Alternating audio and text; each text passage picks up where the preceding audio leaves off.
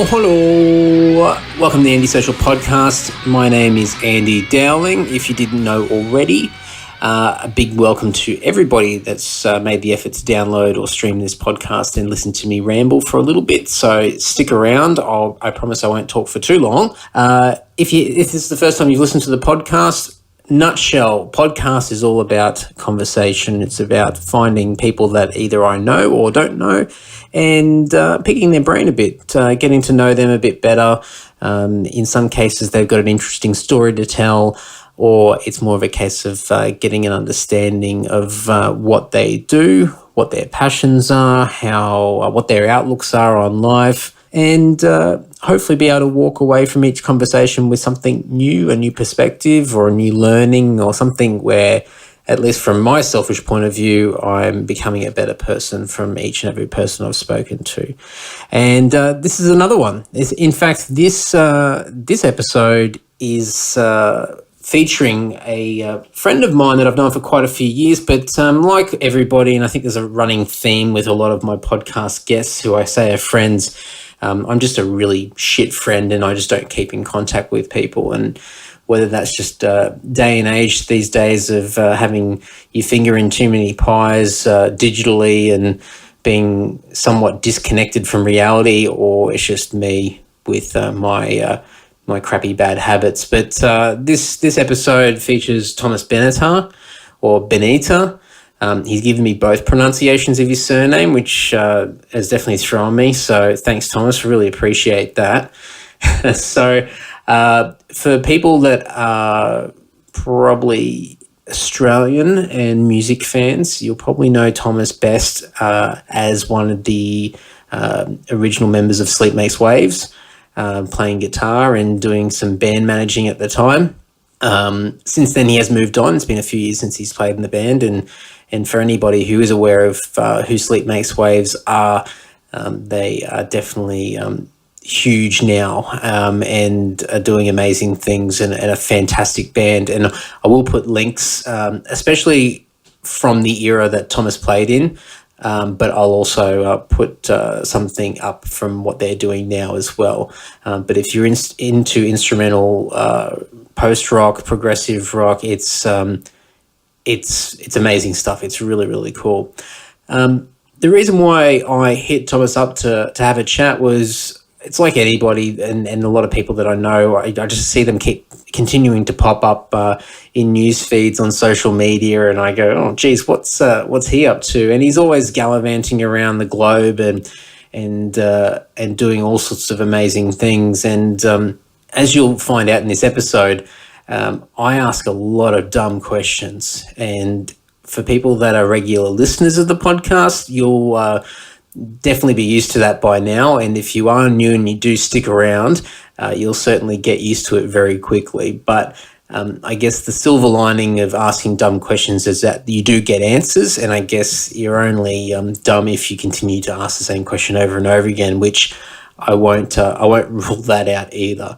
But I wanted to get an understanding of what Thomas is up to with his occupation, studying law, working in the law industry, and I also was definitely given the wrong impression because I had the impression that Thomas was heavily practicing Judaism, and I'm not sure why. I got that from a few different people that I'd spoken to, and I think everybody just misinterpreted it the wrong way. So it's a little bit embarrassing, to be honest, but it was good to talk to Thomas and for him to sort of clarify and explain a little bit about sort of the ethnic origins and talk about being Jewish and the differences between that and a practicing faith. And once he explains it, I felt incredibly stupid because they are things that I should have been aware of, and I have been aware of in the past, but me jumping to conclusions, and probably a good example of asking silly questions that I've probably asked before in the past. But this is a really, really cool chat, a great perspective, and fantastic to see somebody doing so much in such a short period of time. And then we get into it. We often a range of tangents, as I certainly have a reputation of doing so, as I'm doing right now.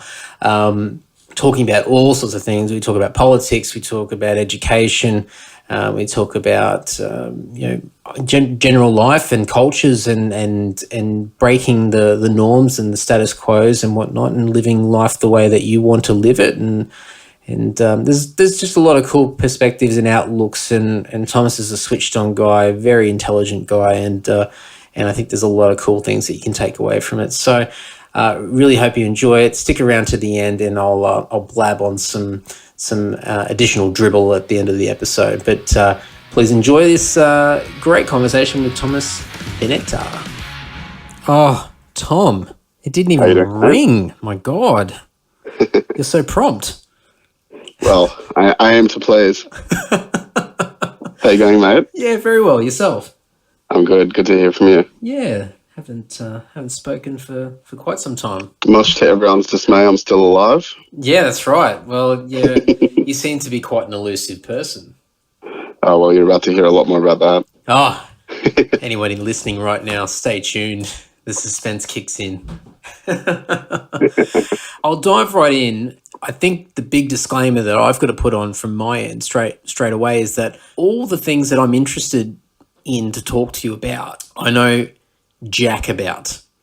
So I know zilch about all these things. So for me, it's more of a case of I'm going to ask you a bunch of dumb questions along the way, and then you can educate me as you go, because it's quite intriguing, and a lot of the things that you do and you're involved with are quite interesting and far removed from what I've been exposed to and even where my interests lie. So. Yeah, so I thought I'd just chuck that at the start, because you're about to get a whole bunch of dumb questions from me. Look, your fatal assumption is that you think I know what I'm talking about. So I think you and anyone listening to this will actually be equally disappointed, but we'll see how we go. All right. Well, it can only go up from here. Let's attempt to go in the right direction. Well, I think first and foremost, probably a lot of the people that are listening to this podcast will probably, if they do know of you, will be more familiar of your past, probably more so than your present form of what you're currently doing, because there are a lot of music fans and a lot of musicians that tune in. There are other people that listen, but primarily the circle is around that area. So you at an earlier point in time were the guitarist, and I also noticed on LinkedIn you had put down manager as well for... Oh, a little bit of padding doesn't hurt. Yeah, absolutely, for Sleep Makes Waves. So, yeah, that's right. And I can't even remember how we even first met, but I remember a lot of the early days was when you were playing in the band as well, because I was coming out and seeing you guys a fair bit, and we did, it even sounds very weird to say it now, but we even played a show together at one stage. Yeah, that's right. The good old Utopia, when it was in Broadway, in the kind of in-between days between George Street, where Event Cinemas is now, and its current location around the corner. Yeah.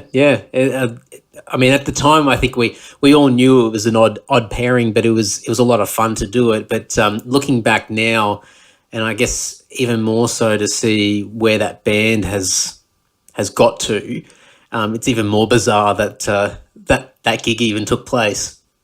Yeah, it's pretty amazing in a number of ways. I mean, number one, I remember it fondly because not only did I really satisfy my 16-year-old desire to play with my power metal heroes, Lord, I also was playing with my mates in Never Theorem, who Rob and Andrew's now in a bunch of bands around town, and Rob's in a band in, he was in the UK and then was in, I think, Scandinavia somewhere. He's in Norway now. Yeah, that's right.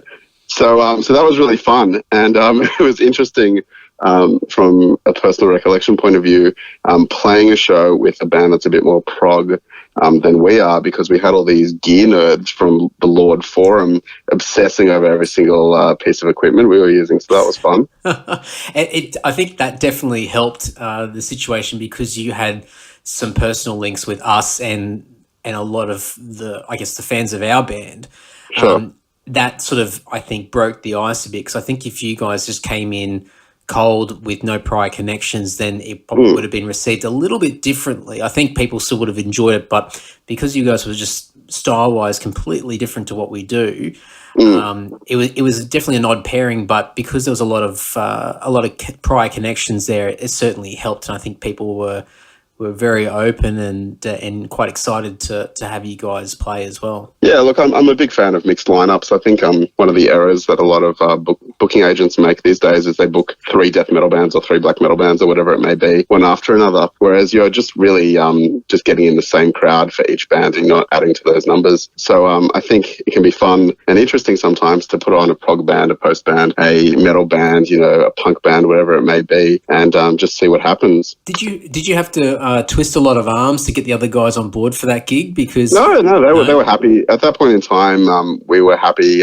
to play with fun bands, to play to new audiences, to play new venues that we hadn't before. So that was all really fine. To give you a bit of background at that point in time, we started playing together around, I think it was about 2006, 2007, and we thought we were really late to the post-rock game because we I dare say, modelled ourselves on a Sydney band a few years earlier called 1-2 Seppuku, who are real heroes of ours. And them in terms, and then also, a bunch of Melbourne post-rock bands, Laura, This Is Your Captain Speaking, etc. So we thought we were just the kind of afterthought when we started to get into the scene, but little did we know that the recording scene was very different to the live scene, and live-wise it was actually quite undeveloped. So, S&W was certainly, the right place at the right time to kind of bring live post-rock performance all across Australia, and that's something that they have done now, but across the world. So it's pretty exciting to see that. Oh, it's not surprising in the sense when you hear the music, and even from the earlier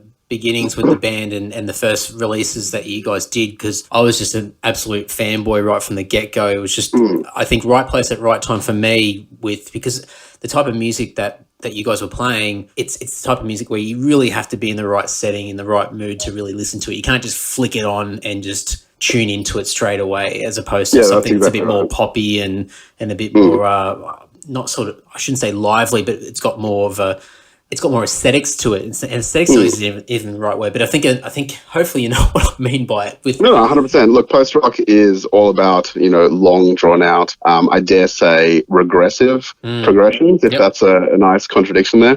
It's full of repetition, it's full of repeating motifs, and sometimes it takes 10 minutes just to get an idea across. I'm playing in 2 black metal bands right now, but one of them has a 20-minute song with one riff. So that's really for me, taken those ideas that I used to have in S&W and applied it to more of a kind of doomish black metal framework. So I think there's a lot of scope that you can write with in music when you think a little bit differently about how songs can be constructed. Oh, absolutely. And especially around that time, and I still do listen to a lot of that stuff, but I think for me, because especially in the last few years, my life's become so frantic that I haven't really given myself a chance to stop and take things in general, in life and in general. Sure.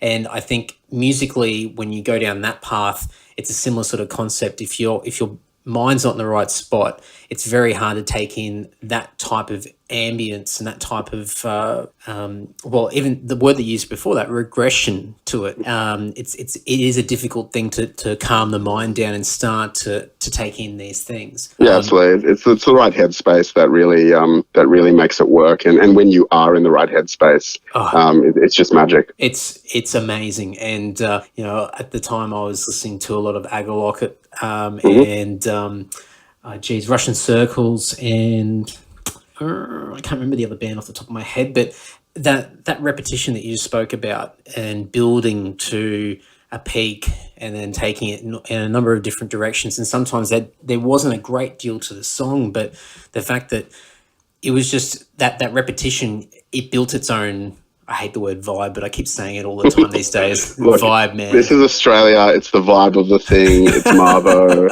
That's how we work around here. Marbo, wow. I haven't heard that one for years. Jeez, bringing that one back. Right, never left.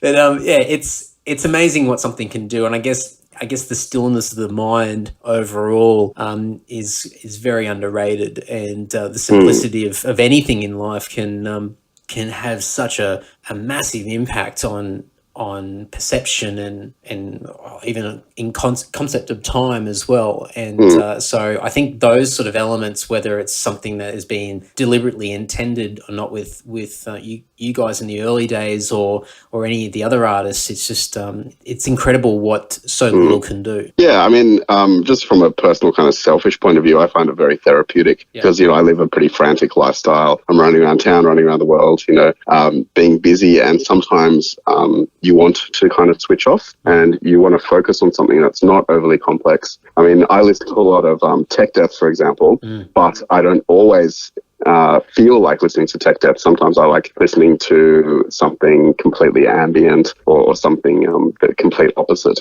So it works both ways. Absolutely. So I thought that'd be a good starting point because people will probably identify you initially from there. There'll be a whole bunch of people that don't even know who you are, but there'll be an interesting link there as far as origins from my point of view anyway.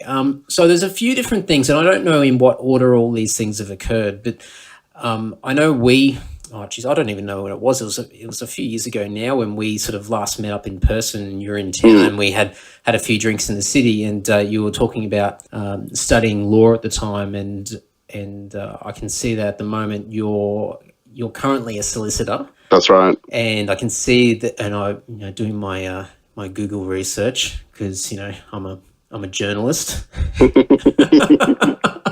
I could see the progression that you've sort of gone through the ranks to get to where you are now.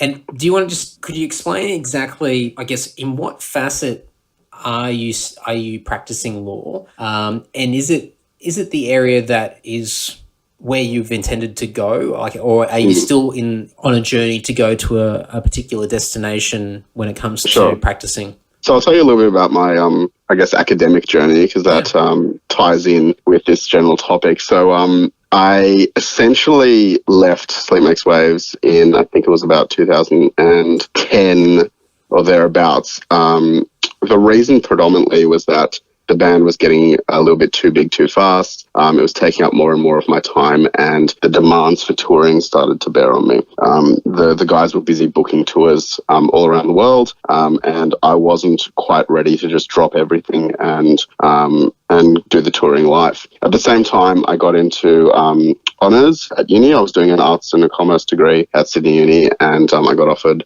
honours, which was great. And so I took that opportunity and thought, look, I've been keeping it pretty intense the last few years with the band. I'll take a step back, do a thesis for a year, which was great. But the consequence of the thesis, I guess the happy consequence, was that for the first time in my life, my marks were good enough to actually get into law.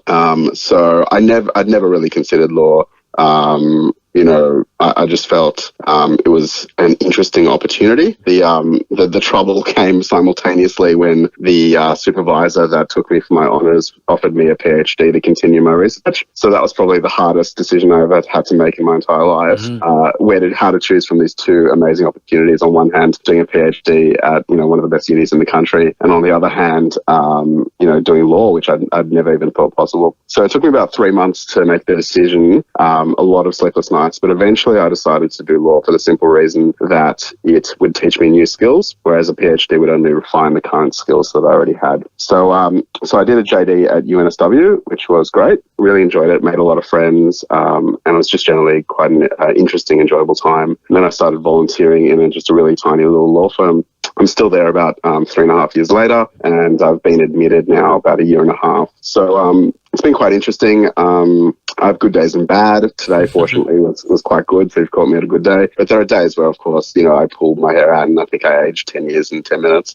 So it just comes with the territory. Mainly I practice in commercial leasing. So I do leases for big office blocks, for big industrial premises, things like that. I also do general litigation work, all kinds of different disputes, partnership disputes, general litigation. I do a lot of wills and estates and probate work, and then I dabble in the odd kind of family case or something like that. But I'd say generally about 60% of my practice is commercial leasing, and I think if it was up to me, I'd make it 100% because it's the area I find most interesting and most enjoyable. You definitely, commercial leasing is the most interesting that you've found so far. Yeah, essentially, it operates quite differently to a lot of other law. In litigation, for example, it's really dog eat dog. Each side's trying to get the other side and drag the other side down and sling mud and all this kind of thing. Whereas in commercial leasing, both parties are trying to reach common ground because they both want the same thing, which is essentially a deal to be done so that, the landlord will get rent and the lessee will get a premises that they want. So you work together much more constructively, and it makes a much more pleasant experience than general litigation. It's quite interesting. I mean, I've had a bit of experience sort of dealing with solicitors and different law firms over the years, just in various capacities of employment that I've had. And I've got no legal background. I've just probably been, depending on how you look at it, fortunate or unfortunate to be sort of thrown into the world of small claims courts and things like that. And the Wild West, as we call it. Kangaroo court. That's what I would like to one day write a book about it, because it'd be very interesting.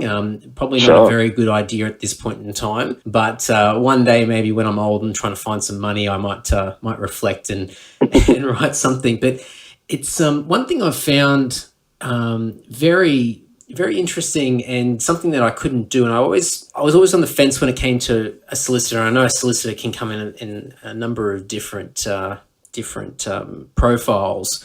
That's right. In different backgrounds as far as topics and situations are concerned. But I always had a bit of a love-hate relationship for the typical solicitor, because in some cases, the amount of crap that a solicitor can deal with, and in some cases cop it on the chin and keep going and ploughing through, is quite incredible. And, absolutely. And shows a test of character that not a lot of people out there can do. At the same time, and this is probably just purely from personal experience of dealing with particular solicitors, is that a lot of people tend to talk out of their arse.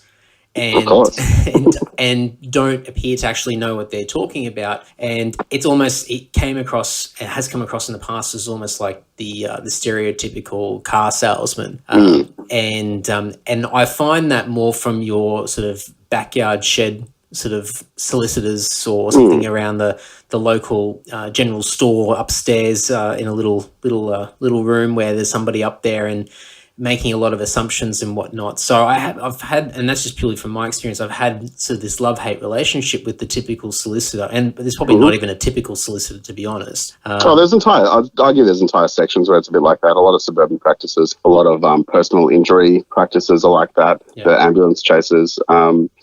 Look, there's, I think, I don't know what the number is. I think there's about 32,000 lawyers around the place, and there are so many different types of lawyers, so many different practice areas, and there are so many different pathways to becoming a lawyer that's ever increasing. I mean, they're opening up law schools all the time now. There's more than ever in Sydney, and so that's creating a whole new range of lawyers. I mean, previously it was very much the old white guy who's following the British system and does his articles, clerkship and all that kind of thing. These days there's so many different ways to be a lawyer, and there's so many different types of people that want to do law. I mean, a lot of people call it the new arts degree, which I'm not sure whether I agree with. I think that's more just a problem with the supply and demand of university degrees. But it's creating just an interesting, sea change in the world of practicing law. Yeah, and do you think it's easier now to go through that process than it was in the past, or? Well, yes and no. I think it's harder to go in straight from school to do your HSC or VCE or whatever it is. But I think it's easier if you are a mature age student. So I started law when I was 25, I think. 24 it might have been. 24 or 25. I had a guy in my class who was 75. Yeah, right. Who was pretty inspirational to me, because I thought if he could do it, I could do it. Because I always thought, I'm too old, I'm past my prime, all this kind of thing. Because in my undergrad, I was always one of the old ones. So I think these days there are more and more law schools. A lot of them are offering different pathways to get into a program like a JD. And I think in terms of the general education of the population, that's a healthy thing. But of course, the flip side is it makes every job more competitive, and it's probably a net loss in terms of good quality lawyers out of good law schools. Yeah, absolutely. I found the other thing that was interesting is that I guess for these more suburban lawyers or solicitors out there is that they tend to take on particular matters that might not be their expertise. Sure. And my interpretation of it, and that's from the outside, is that it's more of a case of them getting a payment for time more so than producing an actual result of putting together a legal letter of demand or something along those lines, and more from a scare tactic point of view than rather anything of substance that's got some credibility that will actually provoke an outcome. Yeah, unfortunately, that happens with a lot of the top tiers as well. I mean, it's a lot about just billable hours and getting your billables and all this kind of thing. A lot of kind of medium or smaller firms these days charge fixed fee, which I think is better in a lot of ways. It creates certainty for the client. You don't do things for the sake of doing them. You really do it to get the kind of results that your client wants. And at the end of the day, that's who you owe duty to. It's not just to kind of falsely inflate invoices, because at the end of the day, you want a client for life. You want them to assist them with whatever problem they may have in the future. And if they have a fond recollection of your service, then hopefully they'll come back in a few years. General business, isn't it? Business 101. Exactly. Yeah, that's right. Absolutely. Is there, I know that you sort of, I shouldn't say you've fallen into it, but with the practice that you're doing now, do you have like a long-term plan of staying within this sort of field, or is there aspirations to go in a particular direction with it all? Look, a lot of things are up in the air at the moment. I think whilst I'm in Sydney, I'd like to be practicing law. The question I have just personally is whether I should stay in Sydney. I have some family overseas, and sometimes I grow quite bored of Sydney. I've thought quite seriously about dropping everything and moving to the States. But then there are practical considerations. I'd have to, sit the New York or the Californian bar and study for another 6 months or a year just to pass it. Then I'd have to, find a job that might be very difficult. All these kind of issues as well. So I think I'll be here at least for another year, maybe 18 months. And then I'll make a serious decision about whether, my future should be here or whether it should be overseas. Yeah, interesting. So is the whole law aspect of your life at the moment probably more so of a mechanical aspect of your life to keep things going more so than Look, I'll selfishly say I have a pretty expensive lifestyle. I don't have a long time girlfriend or kids or anything like that. I live in the city, so due to all my kind of personal habits, I also want a job that kind of services that, and I'm really lucky that I have one, and it doesn't pay a lot, or probably as much as it should, but it's it's decent, and it keeps me going, and I think I've got a pretty comfortable life here in Australia, and so for now I'm pretty happy to enjoy it. Absolutely. Yeah, that's cool. Awesome. And it'd be interesting to see what that next chapter will be for you, whether, when you do, and I assume just from the way that you've mentioned it there, that you'll definitely relocate somewhere at some stage, and where that will be, and then what you'll continue to do once you're at that next destination will be quite interesting. Yeah, look, I'm going to be 30 in July. And I think if people make those kind of decisions, they should probably make it around that time and not leave it too long. So, you'll go through a crisis. I'm only a couple. I've already gone through a few, as you've heard.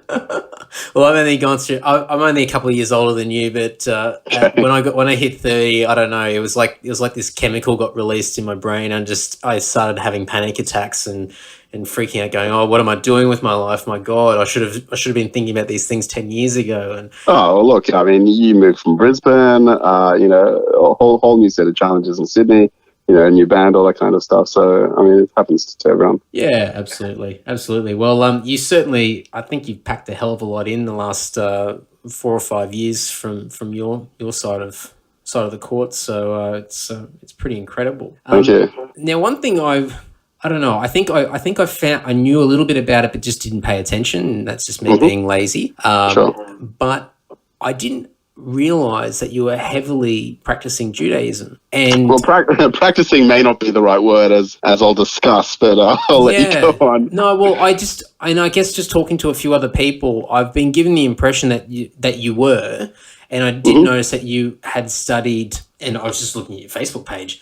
You studied at the Hebrew University of Jerusalem? Yeah, that's right. In I think it was about 2013, I did a semester exchange, summer abroad. Yeah. And whilst I was doing my JD, and I originally was going to go to the States, but I thought at the end of the day I'd probably get a kick out of living in Israel. And Israel's a pretty crazy place, to say the least, but it's a lot more diverse and a lot more complex than people often give it credit for. And Hebrew is particularly interesting because it's in Haratzafim, which is where I was living, which is kind of north / northeast Jerusalem. So it's surrounded by Palestinian villages, and a lot of it's disputed territory. Wow. So it's a pretty interesting place to be. Me personally, I couldn't wait to get out of there. So I'd class 3 days a week, and then 4 days a week I actually spent in Tel Aviv, which I much prefer, which is a much more cosmopolitan, more interesting modern city. Right. Well, I think it's probably safest for me just to hand the reins over to you and explain a bit more about this all, because I've never been to Israel and I'd love to at some stage in the future, but I know nothing at all about Judaism in general or the culture in Israel, and I only know very much on a brief overview of conflict and whatnot in that part of the world, just from I guess sometimes the garbage that gets spat out through the media and whatnot. But Sure. yeah, so I'll let you try and paint a bit of a picture of where you fit into the whole thing. Sure. I mean, I certainly can't claim to be an expert in any of this. I have studied Arab-Israeli conflict at Sydney Uni. I did a semester in Israel, studying a lot of international law. But at the same time, I can only really speak from my personal experience. So what I should probably start with is my ethnic Judaism and how that gets traced back, and then I'll move on to kind of political or religious or anything like that, because I think it's just important for the listeners to understand that Judaism is one of the few religions that's also an ethnicity and also a culture, and not just a religion.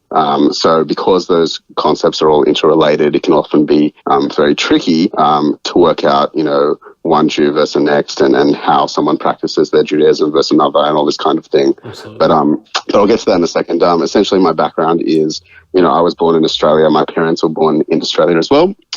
But my grandparents are all refugees from Europe. My father's parents are ethnically Hungarian, but by modern borders, they were born in Slovakia and in Belarus. Oh, no, sorry, on that side it was Slovakia and Ukraine. On my mum's side, they're ethnic Poles, but they were born in modern-day Poland and Belarus. So the borders have changed quite considerably.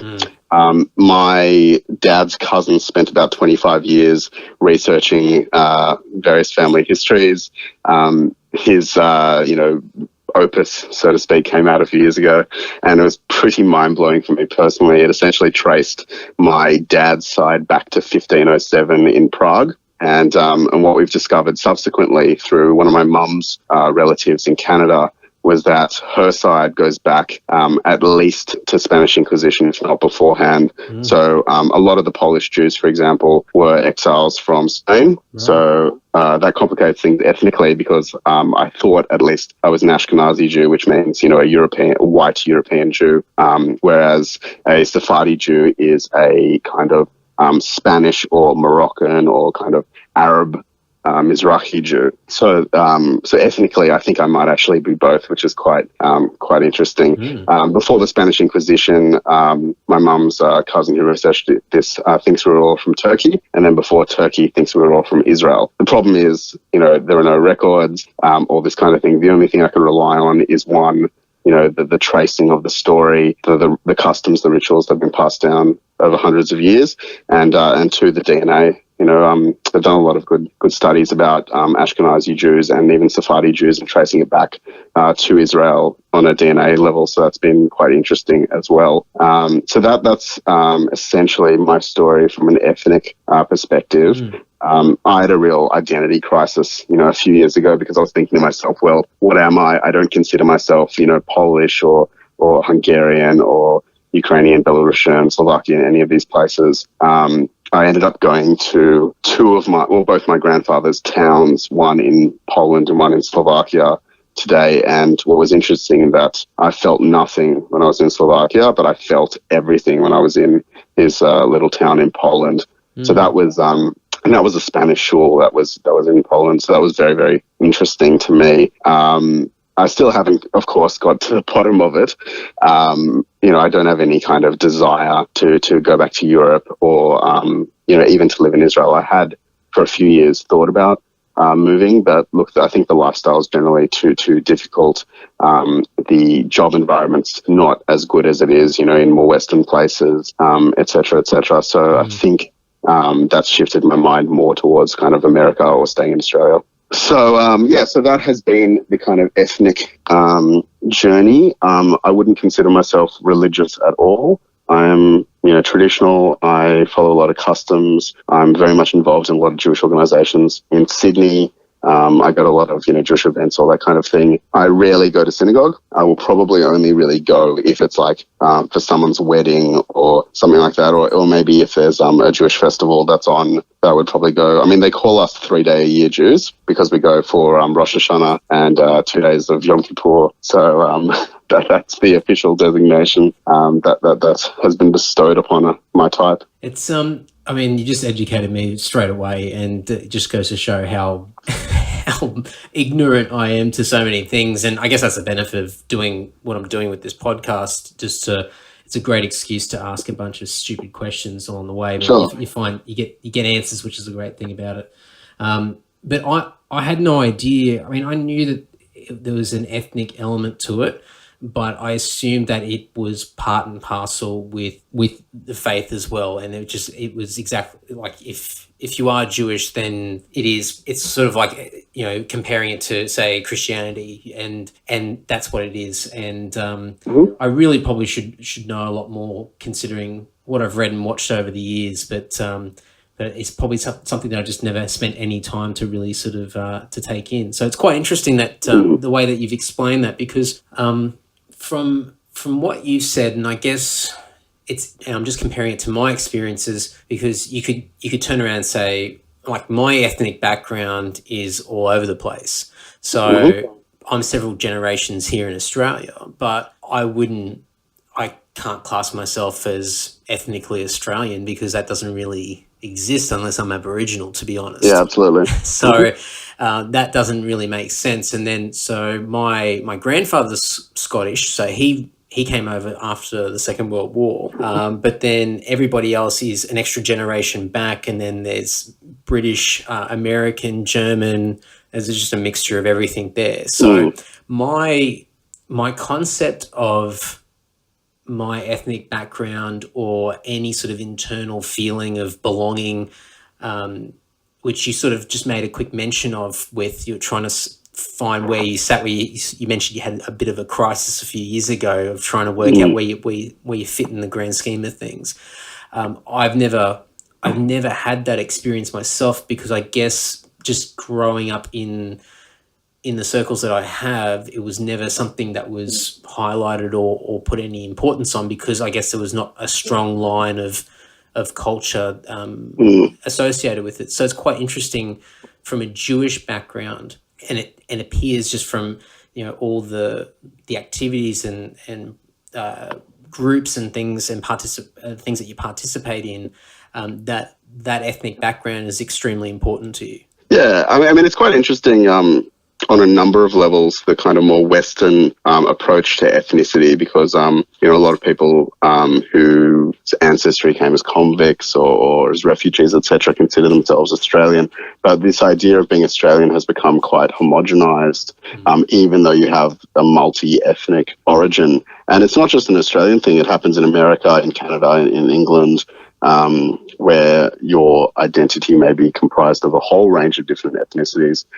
It's even happening in Israel, because one of the interesting things that's happened in Israel the last 50, 60 years is that Jews from all around the world who have come following World War II and following the Soviet pogroms and all this kind of stuff, and the breakdown of the USSR, is that they have created essentially a new fused ethnicity between different sectors of Israeli society, and that you have, your Mizrahi and your Sephardi kind of Arab Jews, and then you have your kind of Far Eastern Russian Jews. You have, believe it or not, some Chinese Jews from Kaifeng, which is pretty amazing. You have a lot of South Americans, all these kind of things, and they've all come and they're all, marrying each other and all this kind of thing. So they're creating this new Israeli identity, which has never really existed before. A lot of kind of Holocaust survivors, etc., third generation, including myself, think about is our more ethnic origins, but for them it's more a national kind of identity, and I think that's common with, say, Americans or even some Australians who have this idea of national identity as their identity rather than ethnic identity. Absolutely. And so, it's sort of like that. It's what you probably would call patriotism in the Western world, where you just don't have those strong ethnic lines through your family tree for the most part, and it's not something that's ingrained in you growing up, whether that be at home or in the educational system and anything like that. So it's your identity is based on where you were born and where you reside and the dominant probably religious faith in that area as well. So I mean, in Australia, growing up, and it seems so, I mean, it wasn't that long ago, but it just seems weird that we would stand up in the mornings and say the Lord's Prayer, and we're in a I went to Christian school for 13 years. I said the Lord's Prayer every day. They told me it was non-denominational. Yeah, incredible. Look, I didn't mind. For me, my Judaism's always been quite personal. I am assimilated in Australian society. I have Christian friends. I have Islamic friends. It doesn't really bother me so long as everyone's really a nice person and gets along. Yeah, it's as simple as that. And it is quite amusing looking back now, because I think it just comes down to what sort of circles you associate yourself in. But the more that I've sort of moved away from those settings over the years, the more alien those early days appeared to be, like so bizarre. Like as you said, like for me, growing up in a public school with no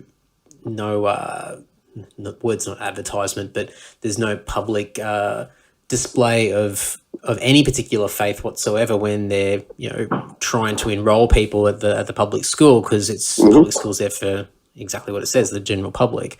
But at the same time, enforcing to a degree a basic form of Christianity within the system is quite.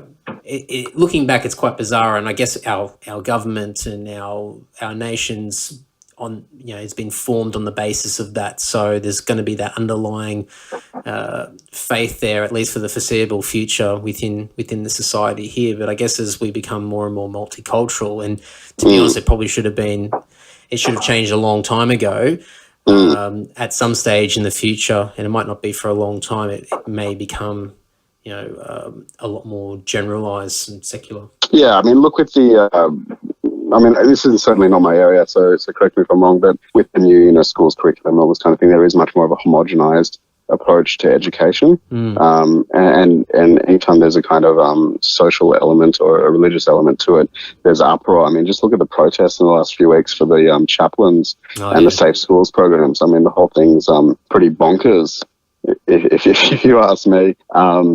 So it's been pretty interesting to watch all that, because that's something that my generation at least never went through. Yeah, do you want to explain that just really quickly for anybody who probably wouldn't be aware, especially anybody from outside Australia? Essentially, a lot of schools, I'm not sure whether it's just public schools or Catholic schools or whatnot, have chaplains who are, representatives or I wouldn't dare say, I'm not sure if they're directly associated with the church, but they are figures that are meant to kind of be mentors or offer kind of counselling or something like that to a lot of kids. And essentially what a lot of politicians have tried to implement is a program whereby there's an alternative to that, which is non-religious. So they'll have a counsellor and someone, for example, who might be, queer or something like that, who may be, scared to go to a chaplain, might be more inclined to go to a kind of non-denominational counsellor for advice or support or anything like that. So there's a big backlash from the kind of far Christian right as to whether taxpayer money should be spent on, services to support queer students or students that don't want to go to a school chaplain or anything like that. And then equally, there's a bigger backlash from the far left who, are saying essentially, how can we not have this? And it's crazy not to have it. So it's I'm not sure where I stand. I generally, from a personal view, think whatever support you need, there should be someone to support you. I'm not sure whether it should be taxpayer funded. I'm not sure whether it should be community funded separately. I mean, that's all goes down to the fine detail. But it's certainly a pretty poor situation when a lot of students feel like they don't have any support or anyone to talk to. Especially when you've got, in a very simplistic way of explaining it, you've got a bunch of adults that can't sort themselves out and try and put together something that should be overall a simple structure, but right. But everyone's getting their own pride and beliefs, that in the way of actually coming to some sort of outcome. And I'm the same as you. I part of me, trying to steer people away from getting pinned into some religious umbrella. And trying to make things a lot more neutral, I would be very much inclined to have something that's a bit more secular there. I think there should be both, probably. But at the same time, absolutely, I think you can't discredit what's already there unless there is a fundamental problem that's been identified and there's evidence of that. But you need to have facilities there for all people of all backgrounds and all beliefs, and as you said, where and how that money is raised and funded, I mean, that's a completely different discussion. But exactly, when you talk about far left, I think at times the far left is just as bad as the far right. And exactly. That's how you need practical solutions. Not just principle fights. Absolutely, that's 100% correct. So it's an interesting one. It's certainly been getting a lot of media attention. So hopefully, I guess, when it all boils down to it, that something will be implemented to at least give some resources and support for young people, because it's a pretty testing time for people to go through around that age. That's right. So the more mechanisms there to give kids some clarity of where they stand in the grand scheme of things, and getting them to calm down and get rid of the anxiety and the supposed pressures of society and whatnot, the better. Yeah, absolutely. Yeah, definitely. So that's quite interesting, because I just going back to, I guess, that ethnic background for yourself. It is something that is the best word to put it, foreign to me. Sure. But is it something now, and I think you mentioned just before, like you haven't quite found that spot where, when you go back through the family tree and see where the origins are, and it's sort of split up in a number of different areas, have you come to any sort of peace with that? Or is it something that still sits and it's underlying there that sort of just eats away at you a little bit? Look, the best comfort I got was from a friend of mine who, similarly had a pretty complex family history. And he essentially said to me, look, we all do. This is what Jews have. We've been, wandering for, 3, 4, 5,000 years.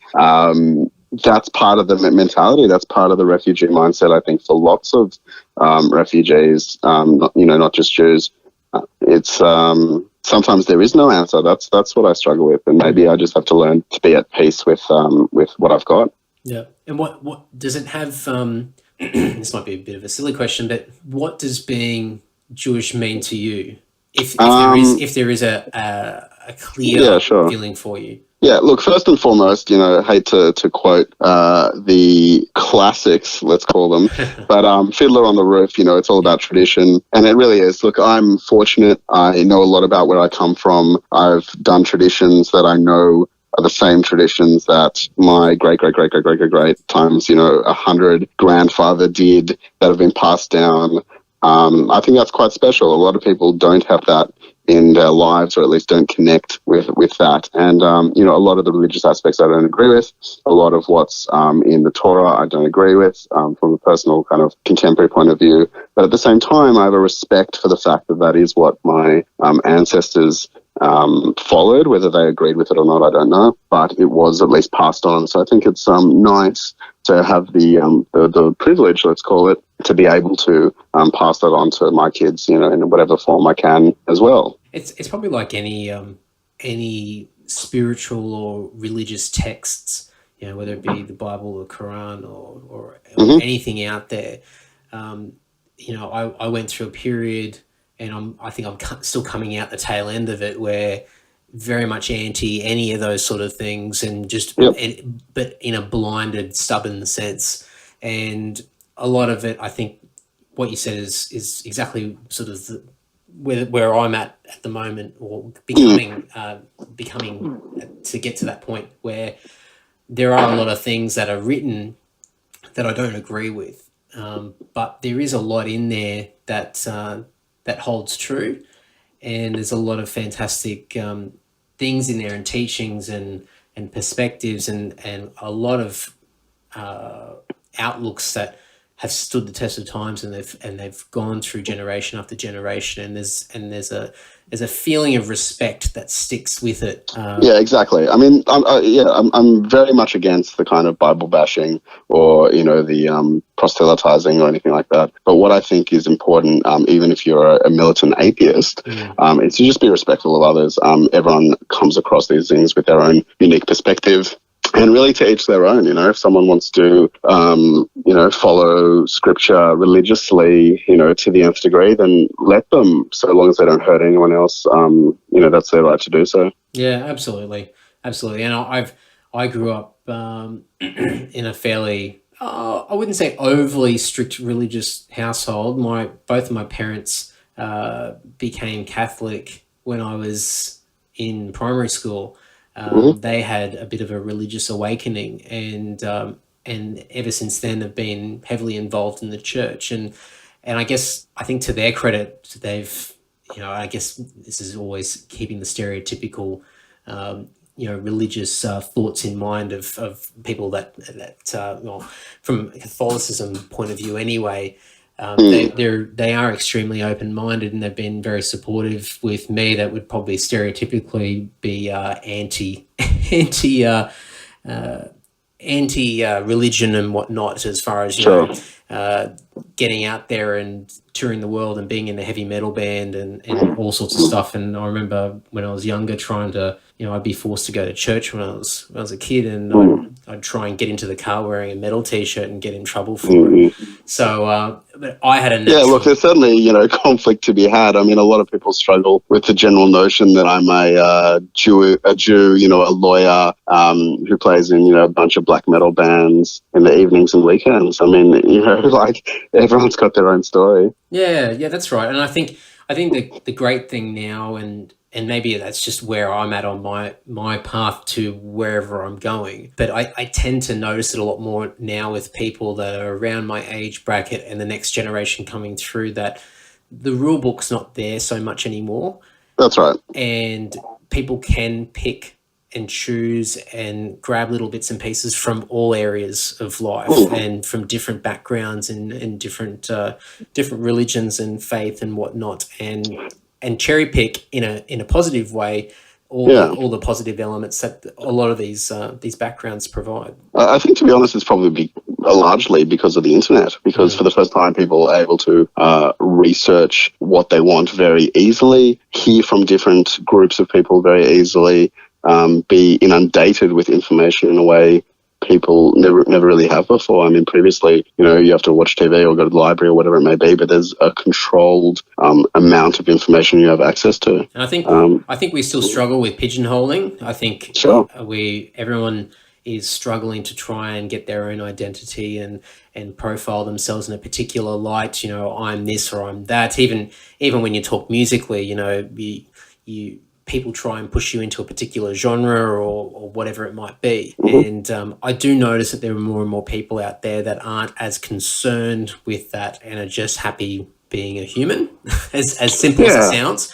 And I mean, this is the argument, like, to go on a weird segue here, that I have with a lot of people about black metal, because, you have a lot of, trad kind of second wave black metal traditionalists who are almost religious in their blind obedience of this kind of early 90s Norwegian principles. Yeah. And despite the fact that a lot of them are heathen or a lot of them are anti-Christian, that they follow it as if it's a religion. And I find that in and of itself really troubling. One thing I've been really excited for musically is over the last decade, a lot of the kind of post-rock principles have started to gel with heavier genres of music, especially black metal. And now you have all kinds of different black metal that offer something that it never really has in the last kind of 2 decades. So I think the same thing's sort of happening with music as well. Yeah, I think people aren't trying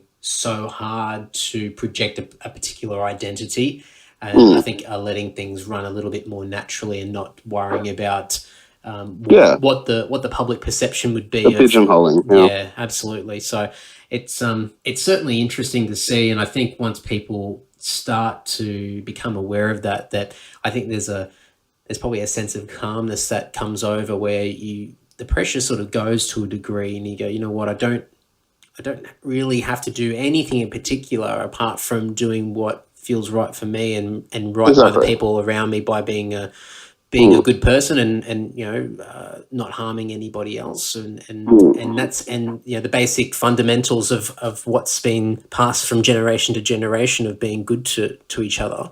But apart from that, you're free to go on whichever path you choose. I mean, that's what a free society is all about, I thought. Well, it is, yeah. It's not quite there yet, I guess. I mean, it's promoted that way, but there's still a lot of, I guess, prejudice out there, and sure. and I think that's more from just that social anxiety where people are. I mean, to tie things, very politically, I very let's call it, I'll have the unpopular view and probably the unsupported view that we're actually living in pretty decent times. There is less kind of mass scale warfare than there probably ever has been in the last couple of 100 years. Yep. We just know much more about it. That's the only difference. Yeah. I mean, luckily I haven't had a TV connected since we all got switched over to digital, and I went, well, I'm not going to change. So I just watch. I just watch documentaries now, and that's about it. But but on those occasions where I'm at somebody else's place and the news is on, it's just incredible, and it's and people. You can see it on social media, people passing around articles where it's got a buzz headline, clickbait headline, and no one actually clicks on the article but shares it around and panics. And they talk about, I guess for a specific scenario in Australia about, alcohol-fueled violence and all these lockouts and all the consequences of these particular incidences that happen. And people make out that it's worse than ever, but it's just what you said before is 100% correct. It's just a case that we have so much media out there now, and we're so instant with our news, and within seconds you're going to find something out that everything's amplified, and we know about every single incident instead in comparison to probably 10, 15, 20 years ago plus, where you wouldn't get everything because it just wasn't feasible. We just didn't have the technology there. That's right. So look, it's got blessings and curses equally. I mean, a friend of mine's got a really good rant where he just craps on about how there's too much news. That's just a major gripe in his life, that he's inundated, and that he's just bombarded with news. I think that's really true in a lot of ways. It is. And that's how society is going with the 24-hour news cycle. And it is scary in a way, because I think for people that aren't aware and they're sort of in that autopilot everyday sort of routine where they come home from whatever they're doing and flop on the couch and turn on the TV and watch the 6 o'clock news, and that's their world, and then watch whatever brain dead TV's on after that. But it's I think it creates, even though it might not be visible or very obvious, it's creating this underlying anxiety that sits there, and that's right, and that's what they prey on with the fear. Yeah, that's exactly right. And so as a result, when other things pop up in their everyday lives, then these things start to surface. And I think for me, when I stopped watching TV and had some time to sort of reflect and be aware of it, I realized that life is a hell of a lot calmer. And even with social media, and look, I'll be the first to admit it, I'm still a sucker when it comes to my smartphone and Facebook and Instagram and all this rubbish out there. But you know, I won't. I don't think I'll be leaving any of that anytime soon.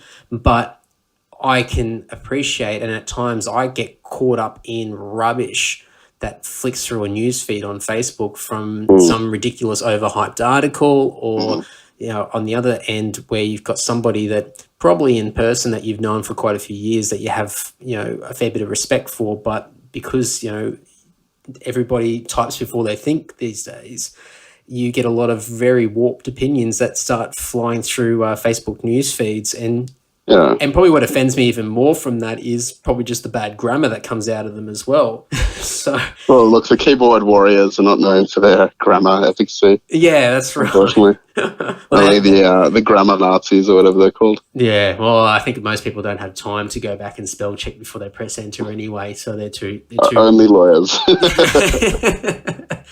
it's but you can see the stress. You can see that anxiety that comes from people, and when there is a big world event that happens, you can see how that flows through and impacts so many people. And there are people that get great perspective and in a positive way change an outlook on a situation, but other people that just get absolutely caught up in that wave and just drown, and just it's quite it can be quite a distressing thing to see. So for me, I think I sort of been able to step away from it a little bit and have a bit more awareness to know that for me, social media is a fantastic thing to keep in touch with people, but you know, it's a tool, and I use it for particular purposes, and as a result, I've been able to get away from a lot of the drama and get away from internet debates.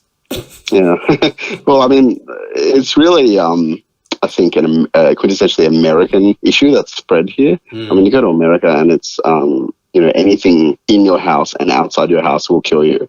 I mean, you know, next up at 11. I mean, that's really the mentality of large parts of middle America. It's kind of like 60 Minutes on steroids. It's just incredible. And that's arguably largely what's whipped up all the fear that now, you know, people like Donald Trump are preying on.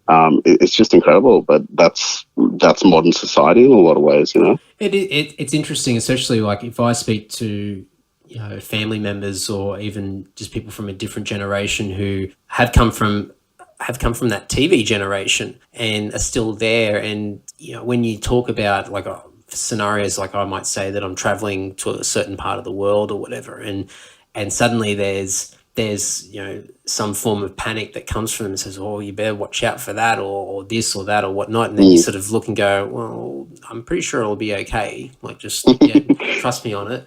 And but that's purely from the reactions that are pushed through media and now through social media as well. And I guess for people that aren't terribly enthusiastic about finding out more around them in the world, that's their source of content. That's right. I mean, I don't know if you've ever, speaking of terrible trash TV, watched the show Doomsday Preppers, but it's essentially like that. And I was in North Carolina. I think it was last year, maybe it was the year before. And I went to a famous gun shop, you know, just I thought, oh, you know, when in Rome kind of thing. And inside this store, which was bonkers, by the way, they had prepper kits, which were like little they were kind of like the size of paint cans or maybe a little bit bigger, with kind of dehydrated food and all this kind of weird shit in them that you're meant to take into your bunker in case of an apocalypse. And people actually do this. It's mind-blowing to me that people build these bunkers and all this kind of stuff because they're so paranoid that the world's going to end. And I think it's just madness. I tell you what, there's a market there for it, and there's some very smart or very conniving people that are buying in on this fear and making a hell of a lot of money from it. But I've watched a couple of episodes of that and have been amazed at the amount of money invested, and I mean the size of these places that they're setting up are quite incredible. But the most shocking thing and interesting thing is just their views and what comes out of their mouths. And you listen to these people talk and you just go, wow, like you're on another planet. It's just absolutely incredible. And I feel sorry for their kids. I mean, Yeah, these kids are just, absolutely. they're not going to know any different. But I guess that's sort Mm. of like in a lot of fundamental, the Bible Belt sort of area in Yeah. the States, and even here in Australia, in particular parts of the country where, that's just the way of life. And if you don't get luck of the draw and you end up being born into a community like that, then it is what it is, and you're probably not going to have a great chance of breaking away from that and having a wider view of life in general. And it's one thing I really appreciate in Australia is, our cities are really multicultural and multi-perspective, and you have, rich living within, half hour of the poor. You have, white living close to, Aboriginal. You have all kinds of different ethnicities, all kinds of different backgrounds, all in this one big melting pot. And that's how, a modern city really should be.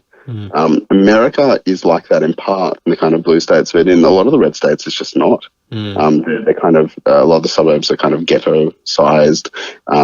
There's ethnic divides. Everyone's kind of more ethnically divisive. All these kind of issues that I feel we have less here, arguably. And I guess it comes back to the whole media thing, because there's always that debate and the social issues that are highlighted about tension and injustice and whatnot. And look, you can't ignore it. I think it definitely still exists, but I think there's probably not enough effort put on the positive sides of it all, and how lucky we are as a country and society. Yeah, it's certainly the lucky country in more ways than one. Yeah, absolutely. Well, that's definitely an optimistic way of looking at it. So it's quite Look, refreshing. I think no matter how many problems we think we all have, at the end of the day, most of us have a roof over our heads. Most of us have food on the table. That's gonna your next meal's gonna be there. These are pretty good things. A lot of people didn't always have that, especially from war-torn countries, especially a lot of our ancestors. We've got it pretty good. Yeah, and I assume a mixture of going back into your family history and being aware of where your family have come from would certainly give you an appreciation of where you're at now. But I guess also traveling and doing a lot of traveling, you've been able to get a more worldly view as well. Yeah, I mean, look, I'm pretty, as much as I travel, I do tend to have a pretty narrow view of the world. Yeah. I tend to go to mostly kind of Western or wealthy Asian countries. I haven't done enough of the kind of third world that I would like. So that's, India's like super high on my list. I'd like to do, some of the poorer parts of Southeast Asia. I'd love to go to Africa, all these kind of things. So that certainly is on my list to do in time. But it does help to travel the world, to look at different cultures, to experience different things. It makes you, as you say, a little bit more appreciative and a little bit more patient with a lot of people, because you're not going to be so immediate to dismiss people's perspectives as you otherwise might be. Yeah, absolutely. I mean, I think you've done far more traveling than I have internationally, but even just for me, when I first started traveling abroad, immediately, just even if it was another Western country, just being outside of home just completely changed my outlook of life straight away. And even on a very basic level of coming back to Australia and just having that appreciation of going, I'm home again, did wonders for me. And it just really sort of having respect for my parents, my surroundings, community, country, etc. But then I guess the more that I traveled over the years, then I definitely increased that appreciation, but certainly had a far wider view and more of an open mind when it comes to different people and different backgrounds across the world. Yeah, I mean, that's why I really encourage people to, especially when they're in their 20s, to travel if they can, to go to university in different places, go on exchange, like I've done. I mean, it's often a luxury that most people can't afford, unfortunately. But if it's within, some kind of means, it's absolutely worth it in so many ways. Oh, definitely. Well, I mean, the debate always pops up every few years or every once in a while, depending on which corner it comes from. But in Australia, anyway, about reintroducing the military draft for young kids coming of age. And there are a number of countries that have it and continue to have it. And I always, and there's a few other people that have said this as well, but I always thought that instead of having the military draft, which I think in some aspects that discipline and whatnot of coming of age and being an adult, there's a lot of fantastic positives that can come out of it. But I think if you had something mandatory where you did some form of service, but it involved you living in another part of the world or a couple of different parts of the world for a period of 6 to 12 months or whatever it might be. And that's just something that has to be done as a young adult living in Australia. It would just do absolute wonders for this country. And there's all kinds of, a lot of people do volunteering programs. I have friends who volunteered in Nepal and, places like this. All those kind of things are great. You're bringing your knowledge with you. And this is one thing my thesis was on. I was on knowledge transfer between different countries. And it's a win-win in a lot of ways. You bring your knowledge from a kind of Western country, you volunteer, you provide services, you assist where need be, and they get exposure to different people that they otherwise might not also. I mean, I absolutely encourage it. It was something that I didn't really know much about in school, and it might just be that the school that I went to wasn't terribly proactive when it came to those sort of things. But I think if there was more of a highlight of those types of programs for people, and I think it just depends on where you grow up in, at least in Australia. Sure. I think if you're in a more probably progressive part of the metropolitan area, then you're more than likely to be more exposed to those types of programs. But geez, I mean, if you had an opportunity to go somewhere and do volunteer work or go and teach English in some of the Asian countries for 3 or 6 months or 12 months, whatever it might be, that's a game changer, I think. And it'd be great if more people jumped on it. Some people never come back. I mean, I've got friends who went overseas. Even my brother, I mean, he went on exchange when he was 18, never came back. Yeah. It just happens sometimes. Where did he go? He went to the States. Yep. But I've got friends who live in Japan, who live in Hong Kong, Israel, wherever it may be, who've just gone for strange things and never really come home. But I think that's also a pretty Australian thing. I mean, Australians love to travel. Australians love exporting their kind of cultural pride, whether it be on the sporting field or otherwise. Yeah. For better or worse, at some. Exactly. It's not always pretty. No, don't get me wrong. There's just as many stuff ups as there are success stories. It's one thing. I remember the first few times I traveled overseas, then you'd hear like an Australian and you'd be like, oh, wow, that's exciting and it's fantastic. And then I think it's better when you're in a place like for example, the United States or the UK, where it's like a westernized country. But I've had that same experience in, say, Japan on a number of occasions. And I haven't been to Indonesia, but I would assume that you probably get a similar experience where it's just a case of a bunch of yobbo Australians trying to be as loud and intoxicated as possible, and really put on the accent, and you go, oh, I've got to steer clear. I hope they don't make eye contact with me. I've got to hide somewhere. That's right. Yeah, Fiji, Bali, all that kind of thing. Yeah. I think we're definitely known for traveling, and that certainly helps us, and I think it helps the culture, our culture here, and I think that sort of in turn sort of solidifies more of that sort of focus in the future with younger kids coming through school and whatnot, that those sort of things will continue to be there and probably will increase as far as the number of opportunities are concerned. But I hit a crossroad at one point when I just left high school where there was an advertisement to teach English in China, and I had no sort of aspirations at that point of view. I was hit a bit of a brick wall at that point in time in my life, and I thought, oh well, stuff it, I'll just do that. And they wanted 12 months out of me, and I tried to ask for 6, and they just said no. And 12's a lot to jump in the deep end. Especially somewhere like China, which would just be, for an 18-year-old would have just been a massive culture shock. And and for that reason, I didn't pursue it. I let it go and went, oh well, I'm not going for 12 months. I'd only go for 6. But I always wonder if they turned around and said, yep, we'll do it. We'll have you over for 6. where the hell I would have ended up if if I did that, because my life could have gone on a completely different path. Yeah, look, it's amazing how people's kind of own journey evolves. I mean, I haven't had all good experiences. When I was about I think 17, I went to Japan on a summer program for about a month and a half, and my brother had been on it 2 years previously, and he loved it. And got placed with a really great family, and they did all sorts of fun stuff. And I got placed in a tiny little country town called Omuta, which is in, I think, Kyushu, the South Island, near about an hour and a half from Fukuoka. Anyway, and the family was extremely traditional, old school. The dad was a salary man, all these kind of things. And essentially for a month, I didn't leave the house. I mean, the most exciting thing I did all week, each week, was go to the supermarket.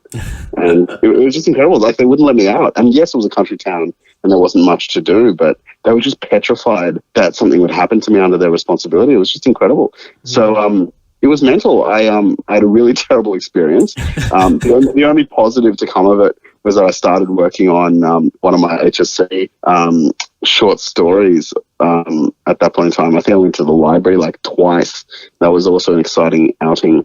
But look, it works in good ways and bad. Yeah, I guess in hindsight, looking back now, it's an experience that you've had that not a lot of people can say that they've had themselves. So there's a positive there, but geez. Yeah, look, you got to know what you like just as much as what you don't like. Yeah, absolutely. It's you've been back to Japan a few times since. Yeah, I've been probably about 4 or 5 times. I was just there recently for a few metal shows and to see some friends of mine. And I'm a big sucker for Japanese whiskey as well, which helps. Yes. Yeah. What's your drink of choice? Oh, look, it's all budget dependent as always. I would say the kind of money no object dram for me is the Taketsuru 21, which is a blend, believe it or not, from Nikka, and that's just magic. It's very chocolatey, very kind of dessert flavors in a whiskey. But the best bang for the buck in my mind is the Nikka from the barrel, which comes in a little 500ml bottle. It's about, I don't know, $70 or thereabouts, but it's just packs a huge punch. It's got a really high ABV, and it's a great little whiskey. It's I'm not terribly up to speed with whiskies, but I always drink it when I'm there, and come home with some novelty bottle from duty free when I'm traveling back, especially the Nikka bottles with the little samurai guy with the helmet on the bottle. And there was a whiskey that's some friends of mine gave me in Hiroshima years ago, and it was a Suntory one, but I couldn't read the label at all. I had no chance whatsoever. There was nothing even on there as an indicator that I could remind myself for later. It was just right. Yeah, there was no Romaji on there whatsoever. So, but it was a clear whiskey, and it was just I've never drunk a drink like that in my life, and it knocked me off my feet. But it was the smoothest spirit I've ever had. It was just fantastic. It was amazing. And ever since then, I've been trying to find it and trying to find, even just to order it online, even, bring it in from overseas. And I just can't. I can find similar things, but I can't quite find it. So, I mean, look, Japanese whiskey is a pretty incredible success story, and it actually ties in very nicely to our discussion about, globalization and cultural exploitation and all this kind of thing. I mean, the guy who started Nikka, Mr. Taketsuru, when he was, I think, 17, 18, he went to Scotland and spent 20 years learning how to make whiskey. And then he took that knowledge with him back to Japan and opened up all these distilleries, which is just, bonkers. Back in 18th century, early 19th century when he did it. That would be a culture shock. Yeah, it's just out of control. What gets into this guy's mind? But look, we have now an entire industry because of guys like that. So I'm pretty thankful. It's the Japanese culture and their history is quite interesting, and I'm certainly no expert, but I read a book a while back about all the different through the different ages through Japanese history with their influence, or the influences that have been brought into the country with regards to art, and and when they sort of let the Dutch in for a period of time, and how dramatically their art was impacted by them being there. And then when they kicked everyone out, then how much the art changed again, and the types of topics and subjects that they seem to fixate on for particular periods of time. It's just it's incredible, because it is very much still a closed off part of the world. Yeah, it's still quite a homogenized society. It is. Very few immigrants. It's like 96% Japanese ethnically, which is pretty crazy. Not many first world countries are like that. It's a very unique place. There's nowhere else in the world that comes I mean, close I to always think of it like going to the future. Whenever I'm in Tokyo or Osaka, or wherever I may be, you step instantly a decade into the future. It's my favorite country that I've ever been to. Israel still has my heart, but in terms of enjoyment, in terms of fun, Japan's pretty hard to beat. No, it's just incredible. But I'm always I can never get my head around Japan in general. So there are times when I'm there where I'm just so confused, confused about their perception of things, what their mentality is in certain social situations, and even their perceptions of me when I'm there as well, and how I interact with people. And I've got some amazing friends that are Japanese and live there. But there are certain situations that you walk into and you get very confused, and you need to I think that's a big sort of Asian trait, but very heavily identified in Japan with the whole saving face.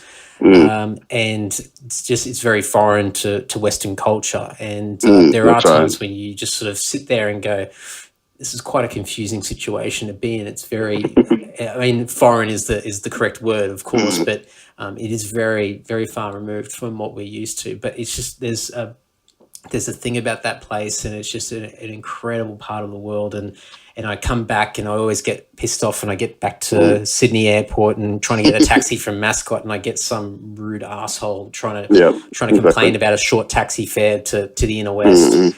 And I go, I've just spent 10 days or 2 weeks or whatever in Japan, being treated with the utmost respect and kindness. And even if they don't want to be kind, they don't want to be respectful, they still do it anyway, because that's what they've been brought up to do. And then you get in this taxi with some rude asshole. It's one world to the other. Yeah, I mean, every job in Japan has dignity and respect.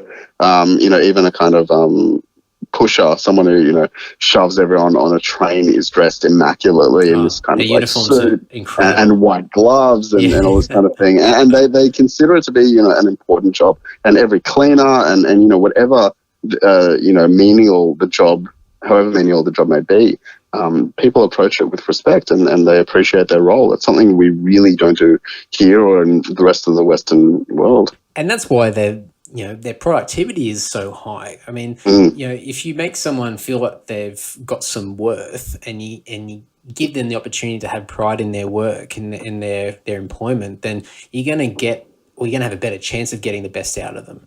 And I think that's the greatest side effect of that part of their culture, where they really sort of make sure that there's a great deal of respect no matter what you do, and even from an aesthetic point of view of making sure that people are presented in a very clean and professional and sometimes in even over the top way. But it just makes sure that person loves what they do and they're passionate about it, and they'll do the very best that they can out of respect for their employer or out of respect for the job or the business or whatever it might be. Yeah, I mean, it's actually an interesting parallel is what a lot of charities are trying to do right now with disabled workers. There are all kinds of, differently abled kind of individuals that want to work and are never really given opportunities by a lot of employers.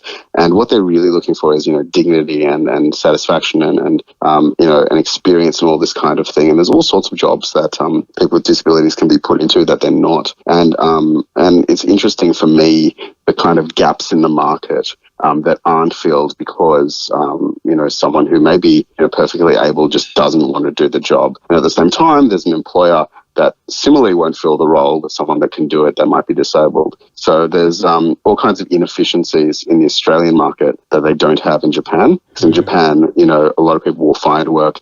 They'll have dignity in the work. They'll enjoy the work, no matter how menial or whatever it may be. So it's an interesting contrast. Well, it comes back to a whole cultural thing and you know, the anxieties that we have in the Western world about how, you know, going back to another thing we're going back to is about being pigeonholed and having your own identity. And people are so worried about what other people think of them. And so when it gets to a point where it becomes a topic of employment, then people do get quite picky. And when those options aren't there that fit into their identity of who they believe they should be, then you know, it causes problems. So you do have those situations where you've got, you know, a lot of jobs out there that are available and people don't want them, and then when we fill them with people from other parts of the world, then the general population kicks up a stink saying they took our jobs. Exactly, like you just can't have it both ways. I mean, one thing I really appreciate, which I certainly didn't at the time. I mean, my first proper job was at KFC. You know, I hated it. I delivered medicine to, you know, alta as we call them, old people, for a pharmacy for for 3 years. I mean, that was pretty shitty work in a lot of ways. You're dealing with you know, deranged or people with mental health issues and all this kind of thing. So it got pretty challenging at times. But looking back, I really enjoyed a lot of it. It gave me, you know, good grounding and even customer service roles. They give you a interaction with society that you normally wouldn't have. And it may not be positive at the time and everyone might hate it. But thinking back, I'm glad I went through all that. You know, it's really made me a lot of who I am today. Yeah, I think for everybody, they need to be challenged at some point in time, and it doesn't mean that you have to constantly be challenged and put into a situation where you have to be on your toes all the time. But I think at some point in everybody's life, they have to go through, and whether that be employment or any other sort of situation where you're put into an uncomfortable situation where you have to sort of adjust and mentally get yourself through it, and whatever tools you can build from that. And I've done the call center thing, and that's a crap job, I'll tell you what. And but as you said, looking back, the things that I was able to pull from that particular scenario itself are just invaluable. They're just incredible. Yeah. So. And look, I'm sure it's partially because we just romanticize our own pasts. But look, I think it's a net positive generally. Yeah, absolutely. Oh, cool. Well, we might wrap it up because... Sure. Geez. I think we've had a good yarn. Oh, I think so. Far out. I thought, I must be hitting about 40 minutes. And I looked down and went, that's a bit longer than that. Yeah, that's cool. Well, time flies when you're having fun, as always. That's exactly right, definitely. Well, I think what we'll do is... we might touch base later on down the track and see how you're travelling with your next big life decision. Yeah, we'll wait and see. All I can say is that in a year, I don't know where I'll be. Let's pencil it in. So March, April 2017. Let's see where you're up to. Sounds good. All right, cool, man. Thanks so much. Good. Thanks very much, and thanks to anyone who listened. I hope it was enjoyable. Thank you, team. Appreciate you guys sticking around and listening to that. As I mentioned in the chat with Thomas, I think I got a bit carried away there, as I probably normally do anyway, but I really thought we were only speaking for a short period of time. So time definitely got away from us, but that's kind of what I love about this. It's great to get a flowing conversation, just see which direction it goes, and sometimes, I might get on my soapbox a little bit and crap on a little bit too much. But hey, it's all about the pros and cons. So we have to compromise a little bit on that. Okay, so I'll wrap this up very quickly. I'll have a whole bunch of show notes and links to all of the music and all the things that we chatted about. I'll try and find a bunch of resources and articles that I can put in there as well. And please reach out to Thomas to let him know what you think of the podcast.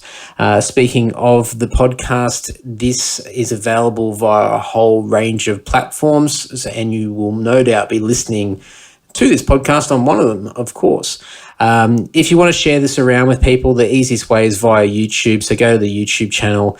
You can search for Andy Dowling Podcast on YouTube, or it's youtube.com/C for Charlie /Andy Dowling. And all the episodes are there. It's just a very easy way to pass around the episodes. And I strongly encourage you guys to leave some comments on the episodes there. Even if you're not listening via YouTube, it's just a great way of some instant feedback. But of course, as always, leave some comments on Facebook and all the other areas where we're able to do so. And also you could probably even leave a rating or review on iTunes.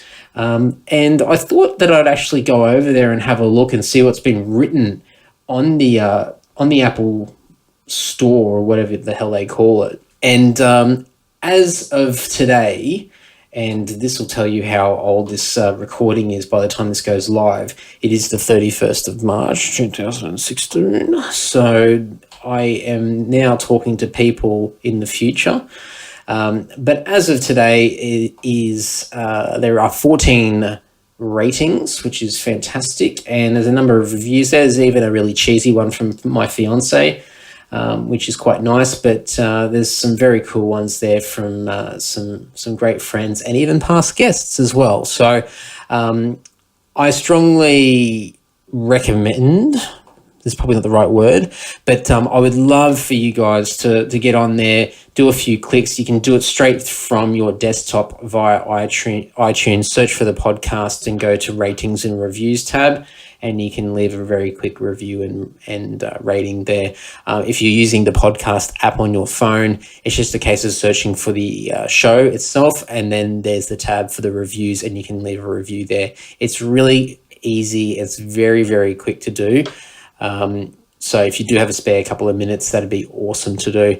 And also, if you guys are musicians, or you're in a band, or you work for your own business, or anything, there's a project you're working on, or anything like that you're always keen for a plug.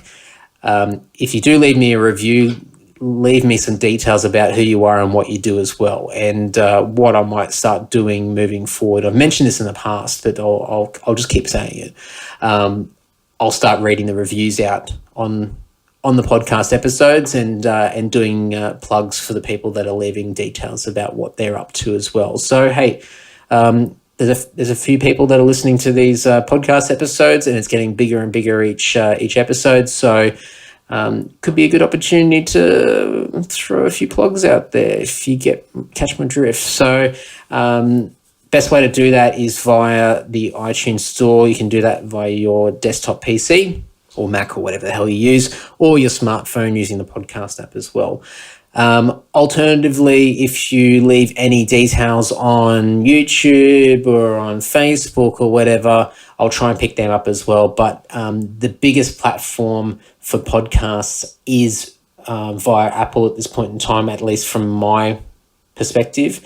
And I'm seeing what I can do to try and get up the old iTunes charts there and get more people listening. So massive help if you guys can leave reviews and ratings via that particular platform, but any interaction and feedback is always welcome. So we'd love for anybody to spend a little bit of time to do that.